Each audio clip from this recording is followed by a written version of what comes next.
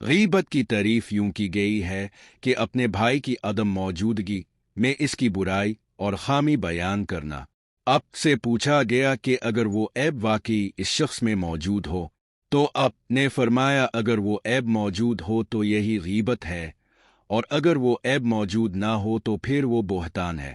یہ اتنا بڑا جرم ہے کہ اس کو مردہ بھائی کا گوشت کھانے کے مترادف قرار دیا گیا ہے۔ رسول اللہ نے فرمایا چغل خور جنت میں داخل نہیں ہوگا۔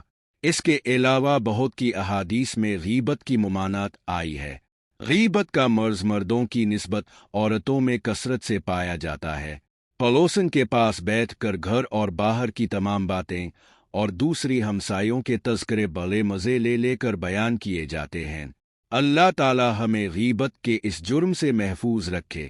دوسروں کے عیب جوننے والے ہمیشہ یاد رکھیں کہ کسی کے عیب اس کی خوبیاں نہیں بنے گی، بلکہ اس کے عیب بیان کرنے والے کی نیکیاں کم ہوتی رہیں گی۔